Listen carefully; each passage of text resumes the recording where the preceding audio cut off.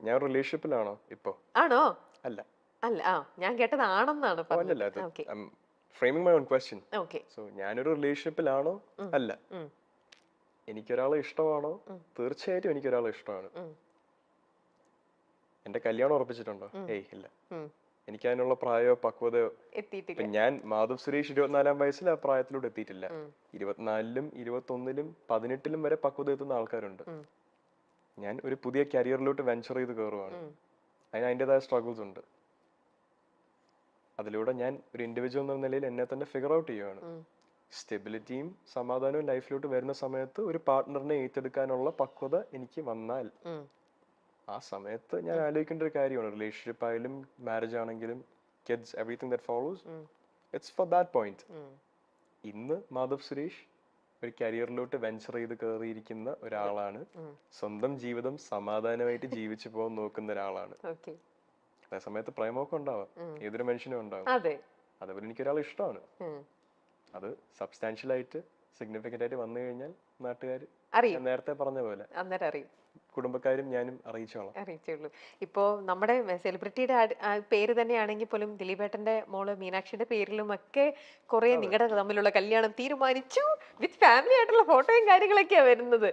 എന്തൊക്കെ റൂമേഴ്സ് ഓരോന്നും പറഞ്ഞ ആൾക്കാർ അതെ വേറെ എന്തിനൊക്കെയോ പോയപ്പോത്തെ എവിടത്തേക്കോ ഫോട്ടോ എടുത്തിട്ട് ആൾക്കാർ വെറുതെ ഇട്ട് ട്രോളും ഓരോന്നും പറഞ്ഞ് ഓരോ റൂമേഴ്സും വരുന്നുണ്ട് വേറെ ഓരോന്നും പറഞ്ഞിട്ട് അല്ലേ? മീനാക്ഷിയുടെ കാര്യം പറയാനാണെങ്കിൽ ഞാനും മീനാക്ഷിയും വളരെ നല്ല ഫ്രണ്ട്സ് ആണ്. നമ്മൾ ഏകദേശം ലൈഫിന് ഒരേ പേഴ്സ്പെക്റ്റീവ് ഏകദേശം മാധവും മീനാക്ഷി എന്ന് പറയുന്നത് ആണും പെണ്ണും വേർഷൻസ് ആണ് ആണല്ലേ? എന്ന് പറയാൻ പറ്റും. പല കാര്യങ്ങളിലും ബിഹേവിയർ അതിന് സംസാരിക്കുന്ന രീതിയാണെങ്കിലും അങ്ങനെയുള്ളതാ. നമ്മൾ അടുത്ത സുഹൃത്തുക്കളാണ്.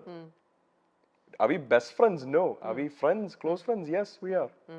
അതിന്റെ മുകളിലോട്ട് ഒരു ചെറിയ ഞാനും ദിലീപ് അങ്കിൾ ഒരു ഫോട്ടോ ഇട്ടാലോ, ഇനി മീനാക്ഷി എന്റെ ചേച്ചിയുടെ കല്യാണത്തിന് വന്നാലോ, നമ്മൾ ഇതിൽ ഇവന്റിൽ വെച്ച് കണ്ടൊരു ഫോട്ടോ ഇട്ടാലോ നേരെ കല്യാണാലോചനയോട്ട് പോകുന്നത് again ഞാൻ പറഞ്ഞ പോലെ goes back down to ratings, ആൾക്കാരുടെ ക്ലിക്സ്.